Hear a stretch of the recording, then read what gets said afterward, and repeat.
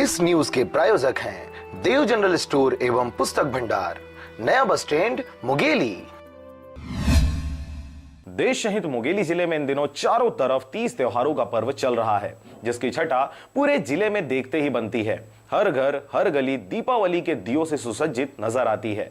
जितना यहाँ पर वो लुभावना लगता है, उतना ही व्यापारी वर्ग के द्वारा अधिक आमदनी के लिए सड़कों पर अवैध रूप से पंडाल लगा दिए जाते हैं, जिसकी वजह से ट्रैफिक व्यवस्था बाधित होता है। जितना ये पर्व लुभावना लगता है, उतना ही व्यापारी वर्ग के द्वारा अधिक आमदनी के लिए सड़कों पर अवैध रूप से पंडाल लगा दिए जाते हैं, जिसकी वजह से ट्रैफिक व्यवस्था जितना ये पर्व लुभावना लगता है, उतना ही व्यापारी वर्ग के द्वारा अधिक आमदनी के लिए सड़कों पर अवैध रूप से पंडाल लगा दिए जाते हैं, जिसकी वजह से ट्रैफिक व्यवस्था बाधित होता है।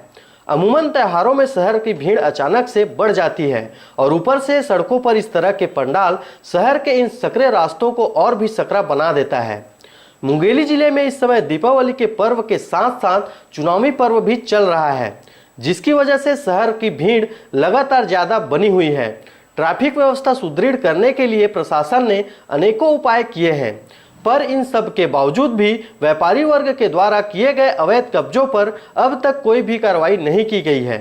भीड़ भाड़ वाले इन सड़कों पर कहीं कहीं अधिक उत्साही युवाओं के द्वारा ऊर्जा व रफ्तार का प्रदर्शन करते हुए तेज रफ्तार से मोटरसाइकिल दौड़ाए जाते हैं। सकरी रोड होने की वजह से आए दिन कई हादसे होते रहते हैं। ट्रैफिक व्यवस्था सुदृढ़ करने के ठेकेदारों पर हर कोई सवाल उठाता रहता है। इन अवैध कब्जाधारी पर ऐसे समय में सवाल उठाना भी लाजमी है। मुंगेली से कैलाश कुमार की रिपोर्ट, आरजे रमझाज है।